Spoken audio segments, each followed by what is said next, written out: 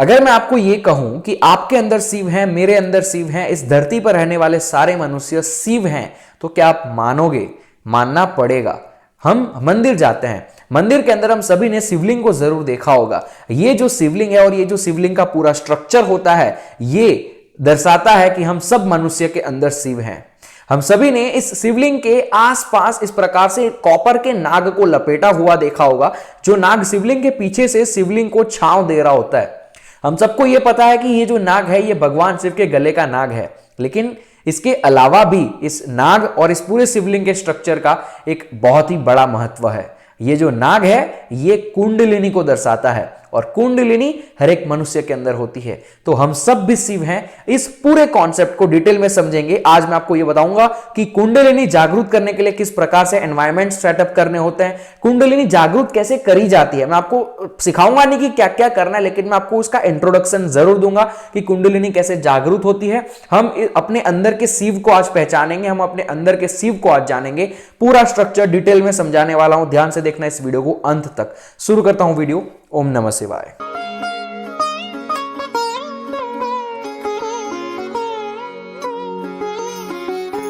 तो आइए जानते हैं कि ये कुंडलिनी होती क्या है। तो ये जो कुंडलिनी है, ये कुंडलिनी एनर्जी होती है जो हम सबके शरीर में भगवान ने बचपन से दे रखी होती है। जब हम जन्म लेते हैं तब हमारे अंदर कुंडलिनी की एनर्जीज होती हैं। आप चल रहे हैं, आप बोल रहे हैं, आप सुन रहे हैं, ये सारी आपकी लाइफ फोर्सेस हैं, ये सारी आपकी लाइफ की एनर्जीज हैं। अगर आपके पास नहीं होती तो आप ये नहीं कर सकते, लेकिन आपके पास जब लाइफ एनर्जीज हैं तब आप ये पूरी दुनिया के अंदर चीजें कर पा रहे हैं, आपके कार्य को कर पा रहे हैं। तो ये सब कुछ आता है आपकी एनर्जीज के अंदर से। और जब आप जन्म लेते हो तो आपके अंदर भी ये सारी एनर्जीज आपके चक्रा में दे जाती है। अब आपके शरीर में बहुत सारे चक्र होते हैं, आइए जानते हैं चक्र के बारे में। सबसे पहले तो आपके शरीर में टोटल मेजर 7 चक्र हैं। वैसे तो चक्र बहुत सारे हैं, टोटल बहुत सारे हो जाएंगे, लेकिन मेजर 7 चक्र है। नीचे से शुरू करेंगे, मूलधार, स्वादिष्ठान, मणिपुर, अनाहत, विशुद्धि, आग्ना और सहस्त्रार। अब यहां पर आपकी जो एनर्जीज हैं, जब आप जन्म लेते हैं तो वो सारी की सारी एनर्जीज आपके मूल धार में होती है, यानी कि आपके सबसे नीचे वाले हिस्से में होती है, जो कि आपके प्राइवेट पार्ट्स के बीच वाला पार्ट होता है। आपके एनस और आपके प्राइवेट पार्ट के बीच में जो जगह होती है वहां पर होता है मूलधार चक्र, जहां पर आपकी स्पाइनल कॉर्ड आकर खत्म होती है, रीढ़ की हड्डी आकर खत्म होती है, वहां पर होता है बेज, और वो बेज होता है मूलधार चक्र। और आपकी सारी की सारी एनर्जीज इस मूलधार चक्र के अंदर होती है। अगर हम योगा की, मेडिटेशन की मदद से ये एनर्जीज को ऊपर की तरफ लेकर चलते हैं, धीरे धीरे ये सारे चक्र से ट्रैवल करते हैं, तो हमारी कुंडलिनी जागृत हो जाती है। यानी कि हमारी जितनी भी एनर्जीज हैं जो हमारे बेस में रहती है, वो सारी की सारी यहां पर आ जाती है, आपके माइंड पे आ जाती है, आपके सहस्त्र चक्र पे आ जाती है।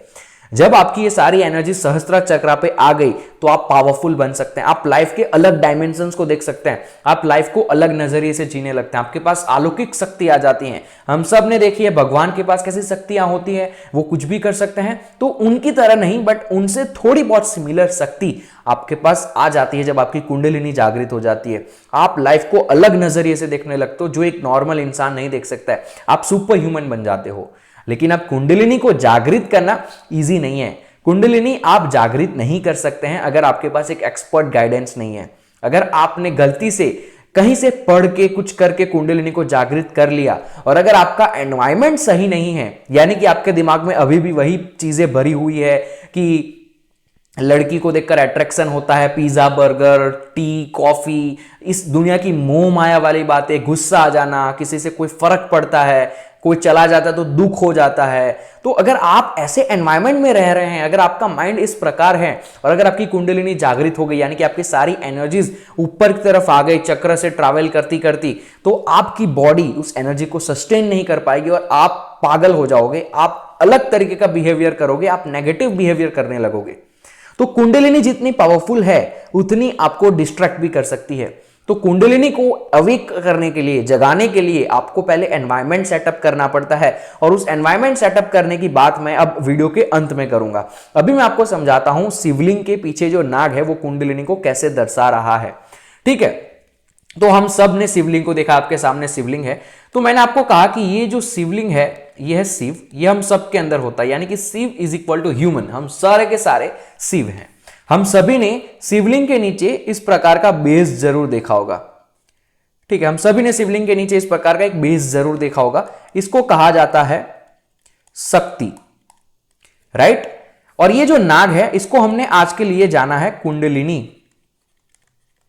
कुंडलिनी को नाग क्यों कहा, ये नाग को कुंडलिनी क्यों कह रहे हैं? क्योंकि आपकी जो रियलिटी में कुंडलिनी होती है ये नाग के शेप में ही होती है, ये आपके शरीर के अंदर नाग के शेप में ही होती है। ये दिखेगी नहीं, ये एनर्जी ट्रैवल करने का पाथ है जो कहीं नहीं दिखेगा। इसको कोई साइंस प्रूव नहीं कर पाएगा, लेकिन ये यौगिक साइंस प्रूव कर सकता है। आपके अंदर एनर्जी के फ्लो करने के जो सिस्टम होते हैं वो नाग के शेप में होते हैं। मैं आपको इमेजेस भी दिखा रहा हूं, तो इसीलिए हमने नाग को कुंडलिनी कहा है। अब मैं आपको समझाता हूं कि ये हम पूरी सिस्टम हमारे अंदर शिव कैसे हैं, ये शिवलिंग कैसे दर्शा रहा है। तो जैसा मैंने आपको कहा कि Shiv is equal to human है, तो जब हमारे पास शक्ति आ जाती है, हम शिव तो हैं लेकिन जब हमारे पास शक्ति आ जाती है तो हमारे बेज से, जैसे कि ये बेज है, तो हमारे इस बेज से हमारी जो कुंडलिनी की शक्ति है वो धीरे धीरे ऊपर बढ़ने लगती है। क्या होता है? धीरे धीरे ऊपर आने लगती है और हमारे सहस्त्र चक्र पे आ जाती है। जब ये हो जाता है तो हमारी कुंडलिनी जागृत हो जाती है। तो यहां पर ये जो शिवलिंग है ये दर्शा रहा है कि एक मनुष्य की कुंडलिनी जागृत हो सकती है जब उसके पास शक्ति आ जाए। शक्ति यानी कि ये आप योगा और अलग अलग योग होते हैं जिसको कुंडलिनी योग कहा जाता है, उसकी मदद से आप लेकर आ सकते हो। अब देखो, कुंडलिनी जागृत करने के लिए धीरे धीरे एक एक स्टेप्स लिए जाते हैं, बहुत पहले से तैयारियां शुरू करी जाती है, एक्सपर्ट गाइडेंस होते हैं, तब जाकर आपकी कुंडलिनी, आपकी जो एनर्जी है वो धीरे धीरे आपके शरीर में ऊपर बढ़ने लगती है। सबसे पहला अगर कुंडलिनी योग की मैं बात करूं तो सबसे पहले होता है मूल बंध। ये जो मूलधारा चक्र है उसको बंद करना होता है, इसको कहा जाता है मूल बंद। अब मूल बंद करते हैं जब हम, तो हमारी जितनी भी एनर्जीज है वो यहां से उठकर ऊपर की तरफ फ्लो होने लगती है।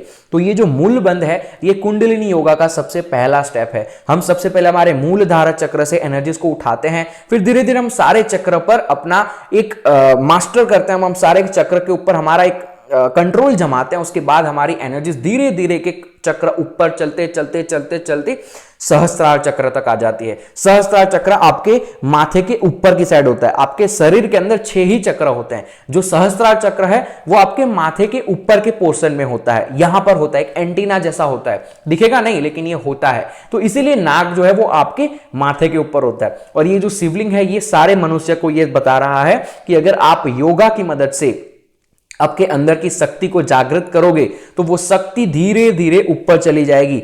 देखो, शिवलिंग में भी दर्शाया गया है कि शक्ति यानी कि बेस, शक्ति यानी कि सोर्स, जहां से शिवलिंग बाहर आया है। तो ये जो सोर्स है यानी कि आप जहां हो, ठीक है, आपकी जो एनर्जीज है वो मूल धारा चक्र में, यानी कि आपका बेस जहां है, अगर आपने अपनी शक्ति को जागृत किया तो दिखा रहा है ना शिवलिंग में, देखो आप कैसा दिख रहा है, जो बेस है वहां से ये घूमते घूमते घूमते घूमते ऊपर नाग बन गया। यानी कि आपका जो बेस है वहां पर आपकी सारी एनर्जीज हैं जो ये नाग दर्शा रहे हैं। अब आप जब इसको योग की मदद से एक्टिवेट करते हो तो धीरे धीरे ये आपके ऊपर की तरफ बढ़ने लगता है। तो ये पूरा जो शिवलिंग का स्ट्रक्चर है ये दर्शाता है कुंडलिनी को।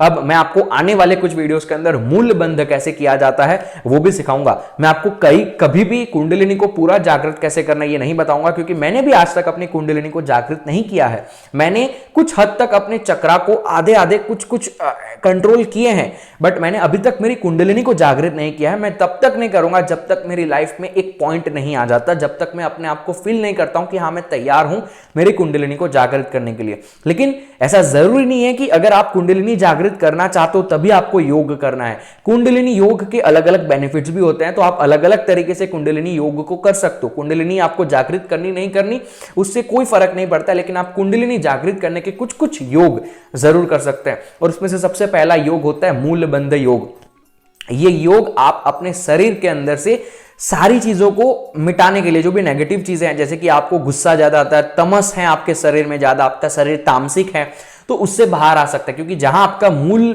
धारा चक्र है वहां पर आपकी सारी नेगेटिव एनर्जीज भरी होती है, तो आप उस पर कंट्रोल पा लेते हो तो आप धीरे धीरे धीरे ऊपर चल सकते हो। धीरे धीरे आप अपनी लाइफ को अलग पर्सपेक्टिव से देखने लगते हो। धीरे धीरे हम एक एक चक्र को एक्टिवेट कर सकते हैं। हाँ, मैं आपको थोड़ी बहुत हेल्प कर सकता हूं, जितना मैंने एक्सपीरियंस किया है, जितना मुझे पॉजिटिवली इफेक्ट किया है वो चीजें मैं आपको जरूर सिखाऊंगा। ये सारी की सारी चीजें मैंने एक प्रॉपर गुरु के गाइडेंस में सीखी है और मुझे पता है कि आपको कैसे बताना है, तो मैं यहाँ पर आपको कोई भी गलत इंफॉर्मेशन बिल्कुल भी नहीं बताऊंगा। लेकिन ये पूरा जो स्ट्रक्चर है, ये शिवलिंग का स्ट्रक्चर हमें दर्शाता है कि हमारे अंदर भी शिव है, हमें शक्ति की जरूरत है और हम अपनी कुंडलिनी को जागृत कर सकते हैं। आई होप आपको ये वीडियो पसंद आई होगी। अगर इस वीडियो से आपको ज्ञान मिला है तो आप इस चैनल को सब्सक्राइब करें, वीडियो को लाइक करें और नीचे एक प्यारा सा छोटा सा कमेंट करके जाए, ताकि मैं अगली वीडियो फटाफट से लेके आऊं मूल बंध को कैसे एक्टिवेट किया जाए, मूलधार चक्र को कैसे एक्टिवेट किया जाए।